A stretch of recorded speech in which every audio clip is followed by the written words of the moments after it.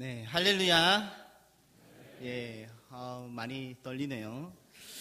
예, 제가 부산 출신이라 아직 억양이 조금 생소하실 수 있는데요. 우리 서로 익숙해지자는 의미에서 또 한 해 동안 수고하셨다는 의미에서 이렇게 저를 따라 한번 격려하면서 인사했으면 좋겠습니다. 좌우 앞뒤에 계신 분들을 향해서 엄지손가락을 드시고요. 엄지척 이렇게 드시고요. 이렇게 잘 따라해 보시기 바랍니다. 자, 이렇게 인사합니다. 살아있네! 예, 우리 경상도 억양으로 하면 조금 더 힘이 날 겁니다. 다시 한 번 더. 살아있네! 예. 할렐루야. 예, 우리 충신교회가 새로운 2018년에는 더욱 살아날 줄로 믿습니다. 예. 네, 감사합니다. 네. 작년 우리 미국 대선에서부터 시작해서 올해 우리나라 대선에 이르기까지 요즘 리더십에 대한 사람들의 관심이 뜨겁습니다. 나라를 분열시키고 많은 사람들의 마음을 상하게 할 만큼 우리 생활 전반에 걸쳐서 리더의 영향력이 너무나 크기 때문에 과연 믿을 만한 리더인가? 공정한 리더인가? 사생활에는 문제가 없는가에 이르기까지 리더십을 검증하는 기준이 조금 더 까다롭고 예민해질 수밖에 없는 현실입니다. 그렇다면 어떤 리더가 좋은 리더인가? 성경에서 찾자면 예수님이 가장 우선이 되겠지만 구약의 인물 가운데서 저는 개인적으로 오늘 본문에 등장하는 여호수아를 최고로 뽑습니다. 다윗이나 모세를 들 수도 있겠지만 다윗은 여자 문제로 한번 넘어진 적이 있었고 그 이후에 아들 압살롬을 비롯해서 3번이나 반란이 일어날 정도로 나라가 시끄러웠습니다. 모세 역시 마찬가지 그의 형제 아론과 자매 미리암을 비롯해서 같은 레위 지파 사람 고라의 반란을 겪기도 했습니다.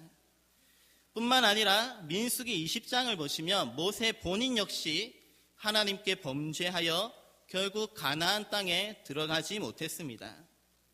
하지만 여호수아는 가나안에 들어가지 않습니까? 그리고 앞으로 이어지는 여호수아서를 보시면 백성들 가운데 별로 불만이 없습니다. 모세 때를 보시면 백성들이 늘 불평불만인데 여호수아가 리더가 되어서는 누가 반란을 일으켰다거나 불만을 품었다거나 그런 말씀이 없어요. 심지어 나중에 14장부터는 이스라엘이 각 지파별로 땅을 분배받는데 언제나 그렇듯이 땅 문제, 재산 문제는 예민한 문제 아닙니까? 누가 더 받거나 덜 받는 경우 같은 평수라고 해도 이게 역세권이냐 강을 끼고 있느냐 산지냐 평지냐 조망권에 따라서 선호도가 다를 거 아니에요? 그런데 아무도 불만이 없습니다. 그 외에도 모세를 보시면 구스 여인을 아내로 맞이했을 때 아론과 미리암이 비난했고 다윗의 경우도 시끄러웠지 않습니까? 그런데 여호수아는 그런 흠이 없습니다. 큰 실수 없이 무난하게 임기를 마쳤을 뿐만 아니라 마지막에 여호수아서 24장 15절을 보시면 여호수아가 백성들에게 너희가 섬길 자를 오늘 택하라. 오직 나와 내 집은 여호와를 섬기겠노라고 하니까 곧바로 백성이 대답하여 이르되 우리가 결단코 여호와를 버리고 다른 신들을 섬기기를 하지 아니하겠습니다. 예, 아멘 나오셨네요. 예, 이 정도면 여호수아가 리더로서 거의 완벽하지 않습니까? 마지막 순간까지 백성들이 여호수아와 같은 마음, 같은 신앙을 잘 지켜나가더라는 거예요. 열왕기상 1장을 보시면 다윗이 늙고 약해졌을 때 마지막까지 아들 하나가 스스로 왕이 되겠다고 들고 일어나는데요. 그에 비하면 여호수아의 인생은 마지막까지 평탄한 인생, 참 부러운 인생 아닙니까? 이 정도면 소위 말하는 형통의 아이콘이라고 해도 될 것 같습니다. 오늘 본문 7절과 8절을 보시면 가나안을 정복하기 전에 먼저 하나님께서 여호수아에게 이런 형통의 비결을 알려주셨습니다. 우리 한번 같이 읽어볼까요? 7절과 8절입니다. 다 같이 읽겠습니다. 시작. 오직 강하고 극히 담대하여 나의 종 모세가 내게 명령한 그 율법을 다 지켜 행하고 우로나 좌로나 치우치지 말라. 그리하면 어디로 가든지 형통하리니 이 율법책을 내 입에서 떠나지 말게 하며 주야로 그것을 묵상하여 그 안에 기록된 대로 다 지켜 행하라. 그래야면 내 길이 평탄하게 될 것이며 내가 형통하리라. 아멘. 아멘이십니까? 네. 지금 하나님께서 같은 내용을 2번씩이나 반복해서 알려주시는데 그 정도로 중요하다는 말씀이죠. 한마디로 무엇입니까? 세상 가운데서 흔들리지 말고 말씀대로 살면, 말씀을 늘 가까이 하고 잘 지키면 형통하게 된다는 말씀입니다. 네. 그런데 여러분, 같은 내용을 담고 있는 이 7절과 8절 사이에 한 가지 차이점이 있는데 무엇입니까? 7절 첫 부분을 보시면 8절에 없는 뭐가 있죠? 예, 오직 강하고 극히 담대하라. 담대하여. 그러니 말씀을 다 지켜 행하려면 그 전에 먼저 무엇이 필요하다는 거예요? 오직 강하고 극히 담대해야 한다. 그렇지 않습니까?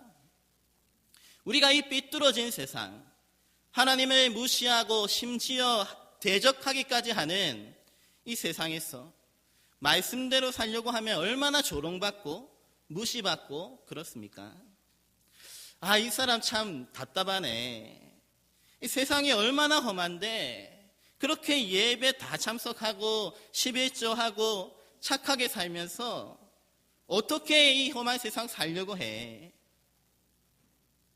때때로 조금 타협하고 적당하게 해야지 사람이 왜 이렇게 미련해? 저희 부모님도 보면 다른 거 걱정하는 게 아니라 아들이 너무 착해서 너무 신앙이 좋아서 걱정을 하시더라고요. 아니 저렇게 하다가 아니 내 아들이 저렇게 살다가 어디 가서 당하지는 않을까? 그렇잖아요. 신앙생활 잘 해보려고 하면 주변에서 조용히 넘어가지 않습니다. 참 요란하게 한다고 말이죠. 사는 게 피곤한데 그 오후에 들어가서 오후에는 그냥 들어가서 쉬지. 내일 또 출근해야 되는데 그렇게 오후 예배까지 가야겠어? 그런데 세상이 참 이상하죠. 그냥 남 일이라고 생각하고 그냥 저 사람 신앙이니까 그대로 놓아두자. 이렇게 가만히 놓아두면 될 텐데 꼭 신앙생활 잘 하려고 하면 간섭하고 한마디씩 하는 거예요. 그래서 우리가 이 세상에 이런저런 말들을 듣다 보면 사실 말씀대로 하나님의 뜻대로 다 지켜 행하는 게 쉽지 않습니다. 그래서 말씀대로 지키려면 반드시 강해야 하고요. 무엇보다 담대해야 합니다. 우리가 약해지면 세상이 새벽부터 나와서 기도하는 하나님의 백성들을 향해 야, 그런다고 뭐가 바뀌냐? 그런 식으로 해서 뭐 되겠어? 그 시간에 그냥 야, 일을 더 해. 뭐 이런 식으로. 우리를 막 흔들려고 하면 우리가 약해질 때마다 흔들리는 거예요. 그러다 보면 우리 마음 가운데 그래, 다 그렇게 사는데 뭐 그렇게 그냥 대충 해보자. 이렇게 하면서 말씀대로 살기보다는 세상과 타협하기 시작하고 그렇게 점점 신앙이 죽어가지 않습니까? 특별히 오늘 본문을 유심히 살펴보시면 여호수아에게도 이 말씀을 붙잡고 지키는 일, 말씀대로 사는 게 그렇게 쉽지는 않았던 것 같습니다. 왜냐하면 이 강하고 담대하라는 하나님의 말씀이 오늘 본문에서만 무려 3번씩이나 나오기 때문입니다. 먼저 6절을 보시면 하나님께서 강하고 담대하라. 그리고 방금 읽은 7절에서는 더 강하게 세게 말씀하시죠. 그냥 강하고 담대하라가 아니라 오직 강하고 극히 담대하여. 그리고 마지막으로 9절을 우리 다시 한번 읽어볼까요? 9절 한번 읽어보겠습니다. 9절입니다. 시작. 내가 내게 명령한 것이 아니냐. 강하고 담대하라. 두려워하지 말며 놀라지 말라. 내가 어디로 가든지 내 하나님 여호와가 너와 함께 하느니라 하시니라. 아멘. 내가 어디로 가든지 내 하나님 여호와가 너와 함께 하느니라. 참 위로가 되고 격려가 되는 말씀 아닙니까? 그런데 도대체 하나님께서 왜 이렇게 격려하시면서까지 강하고 담대하라, 그것도 3번씩이나 강조하시는 이유가 무엇일까요? 보통 여러분 주변에 보시면 이미 강한 사람, 이전부터 누가 봐도 담대한 사람에게는 굳이 강하고 담대하라느니 이런 말을 하지 않습니다. 대표적인 예로 이전에 여호수아와 함께 가나안 땅을 정탐했던 갈렙과 비교를 해보아도 여호수아 14장의 갈렙이 헤브론을 정복하겠다고 쳐들어가는 장면을 보시면 아무도 그에게 강하십시오, 담대하십시오 이런 말을 하지 않습니다. 그런데 여호수아는 오늘 본문에서 하나님뿐만 아니라 바로 뒤에 1장 18절을 보시면 여호수아를 따라 가나안 땅을 정복하기로 약속했던 요단 동편 지파 군인들도 여호수아에게 뭐라고 합니까? 오직 강하고 담대하소서라고 하는 거예요. 그리고 앞서 신명기 31장 7절에 보시면 모세가 여호수아를 후계자로 세울 때에도 이미 너는 강하고 담대하라고 충고했습니다. 성경 전체를 보시면 이 강하고 담대하라는 충고가 신명기 31장 6절에 모세가 이스라엘 백성들에게 한 번, 역대상 28장 20절에 다윗이 솔로몬에게 성전 건축을 맡기면서 한 번, 역대하 32장 7절에 히스기야 왕이 백성들에게 한 번, 이렇게 간혹 한 번씩 나올 뿐입니다. 그런데 여호수아는 어찌된 게 그의 스승 모세를 비롯해서 하나님과 더불어 그의 백성들까지 모두 하나같이 강하고 담대하라고 같은 말을 하는 거예요. 그렇다면 여러분, 여호수아는 본래 어떤 사람입니까? 하나님을 비롯해서 그의 스승 모세와 그를 따르는 백성들의 격려가 필요할 정도로 약하고 두려움이 많은 사람이었습니다. 갈렙처럼 이 산지를 내게 달라고 적극적으로 달려드는 그런 강한 사람이 아닙니다. 그런데 성경에서는 이런 연약한 사람도 힘을 내어서 담대하게 말씀대로 지켜 행하니까 가나안을 정복하고 형통한 길을 가더라는 겁니다. 할렐루야. 그리고 이런 여호수아가 있기까지 하나님을 비롯하여 그를 이끌어주는 영적인 리더 모세와 또 강하고 담대하라고, 담대하십시오라고 격려해주는 그의 공동체가 있었습니다. 그래서 여호수아만 형통한 게 아니라 이스라엘 전체가 영적으로 살아나고 또 함께 가나안을 정복하고 함께 이 형통의 복을 누리는 거 아닙니까? 앞으로 우리 충신교회 공동체 위에 이런 은혜의 역사, 형통의 복이 있기를 간절히 바랍니다. 이제 오늘 본문에서 마지막으로 살펴볼 여호수아의 진실은 바로 여호수아라는 그의 이름입니다. 사실 여호수아는 그의 본명이 아닙니다. 민수기 13장 8절에 가나안 정탐 사건을 보시면 여호수아의 이름이 눈의 아들 여호수아가 아니라 눈의 아들 호세아라고 나옵니다. 호세아.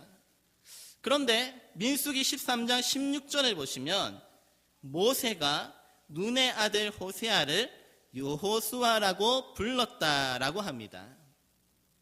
여러분, 모세가 호세아를 여호수아라고 불렀다. 왜 그랬을까요? 왜 그의 이름을 고쳐 불렀을까요? 무슨 차이입니까? 본래 히브리어로 호세아는 구원이라는 뜻입니다. 그리고 여기서 여호와를 뜻하는 예자, 오늘 오전 예배 때 담임 목사님께서 야자가 뒤에 붙으면 이게 여호와라는 뜻이라고 하셨죠. 마찬가지로 예자가 앞에 붙으면 이게 여호와라는 의미가 첨가되는 거예요. 그렇게 호세아가 여호수아가 되는 겁니다. 그렇다면 여호수아라는 이름의 뜻은 무엇입니까? 그냥 구원이 아니라 여호와는 구원이시다. 그러니 모세가 구원이라는 이름을 굳이 여호와는 구원이시다라고 고쳐 부르는 거예요. 그렇다면 모세가 도대체 왜 호세아의 이름을 여호수아라고 바꿔서 불렀을까요?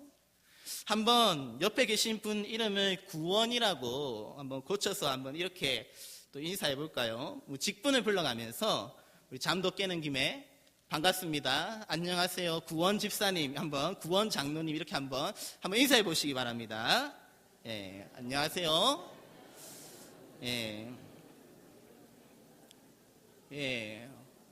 좀 반가우십니까? 또 우리 그러면 이번에는 이렇게 고쳐서 한번 불러볼까요? 안녕하세요. 반갑습니다. 여호와는 구원이시다 집사님. 이렇게 한번 인사해 보겠습니다. 여호와는 구원이시다 집사님. 어떻습니까? 구원 집사님이랑 여호와는 구원이십니다 집사님이랑 차이가 느껴지십니까? 이 여호수아라는 이름을 부를 때마다 또 그 이름이 불려질 때마다 내가 구원자가 아니라 여호와께서 구원자이시다. 부를 때마다 여호와께서 하셨다라는 사실이 기억나도록 하는 이름입니다. 불려질 때마다 겸손해질 수밖에 없는 이름이죠. 사람들이 자기 이름을 부를 때마다 내가 아니라 여호와께서, 어쩌다가 내가 잘한 일이 있어서 야 정말 잘했습니다. 당신이 우리를 구원하셨네요. 구원했네요. 역시 장로님 덕분에, 역시 집사님 덕분에, 권사님 덕분에 우리가 너무 잘된 것 같아요. 이런 칭찬을 들을 때마다 이 여호수아라는 이름을 들으면 무슨 말씀을, 나는 아니고 여호와께서 구원하셨습니다 라고 대답할 수밖에 없는 그런 겸손한 이름입니다. 부르는 사람들 역시 마찬가지. 여호수아라는 이름을 부를 때마다 그렇지, 여호와께서 구원자이시지. 이 정도면 모세가 왜 눈의 아들 호세아를 여호수아라고 고쳐 불렀는지 조금은 이해가 되지 않습니까? 사랑하는 성도 여러분, 저와 여러분들은 호세아의 인생을 살고 있습니까? 여호수아의 인생을 살고 있습니까? 지난 2017년 돌아볼 때 내가 호세아의 인생을 살았습니까? 여호수아의 인생을 살았습니까? 우리 인생의 진정한 구원자, 진정한 영웅은 누구입니까? 호세아가 아니라 여호수아의 인생을 사시기를 간절히 바랍니다. 결국 오늘 본문을 통해서 드러나는 여호수아의 진실은 무엇입니까? 고린도전서 1장 27절에 그러나 하나님께서 세상의 미련한 것들을 택하사 지혜 있는 자들을 부끄럽게 하려 하시고 세상의 약한 것들을 택하사 강한 것들을 부끄럽게 하려 하시며 결국 연약한 사람을 통해 하나님의 뜻을 이루시는 하나님의 능력, 한 개인의 능력이 아니라 바로 여호와께서 구원이시다라는 사실이 바로 여호수아의 진실인 줄로 믿습니다. 우리가 여호수아를 그저 가나안을 정복한 훌륭한 지도자라고 여호수아라는 사람이 이룬 업적에만 집중하다 보면 참된 구원자이신 하나님을 놓치기 쉽습니다.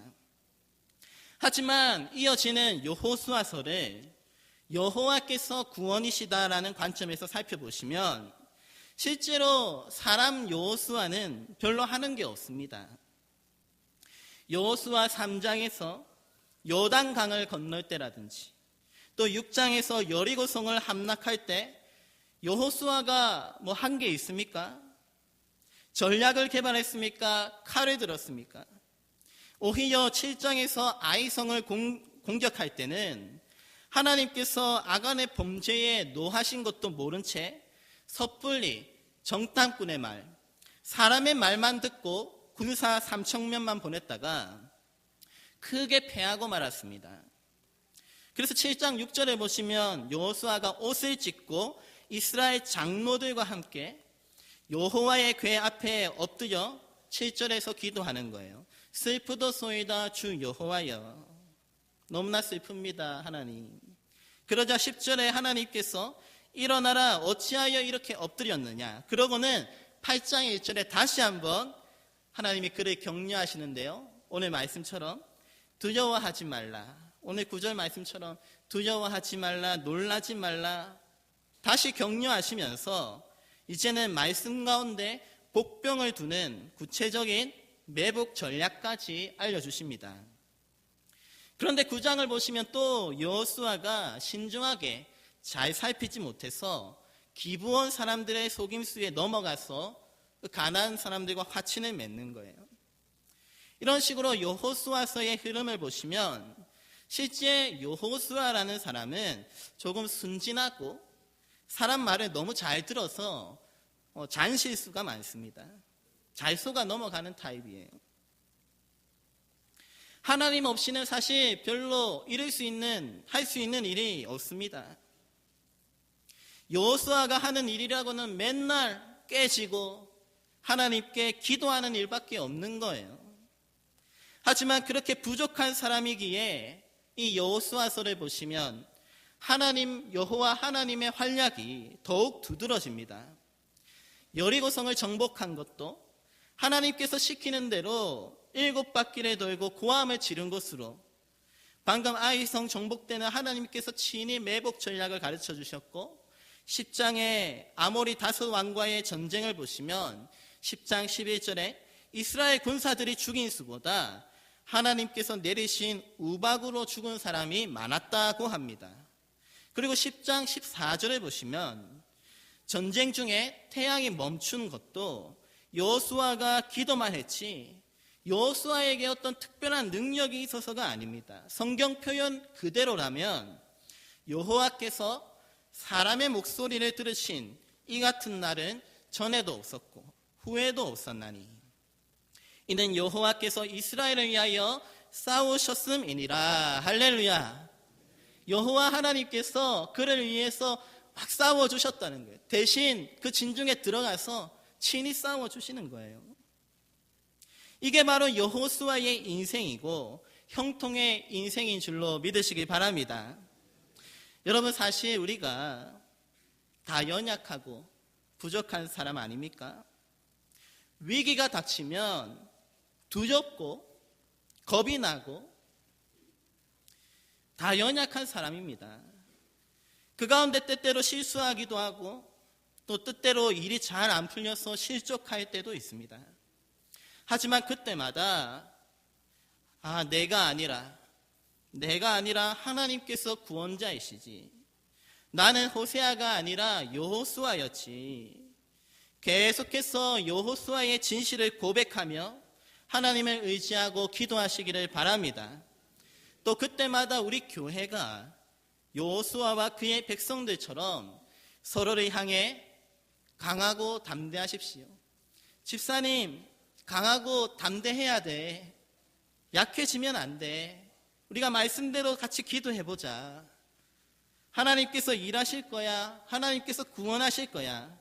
서로를 향해 격려할 수 있는 그런 여호수아의 공동체가 될 수 있기를 바랍니다. 가정과 교회 안에서 이 여호수아의 진실을 가지고 2018년 새해에는 더욱 서로 격려하시기 바랍니다. 그래서 우리가 서로에게 힘이 되고 또다시 강하고 담대하게 일어나서 하나님의 말씀을 붙잡고 말씀대로 행하여 하나님께서 약속하신 형통의 복을 누리는 인생, 형통의 복을 누리는 우리 충신교회가 되기를 주님의 이름으로 축원합니다. 함께 기도하시겠습니다.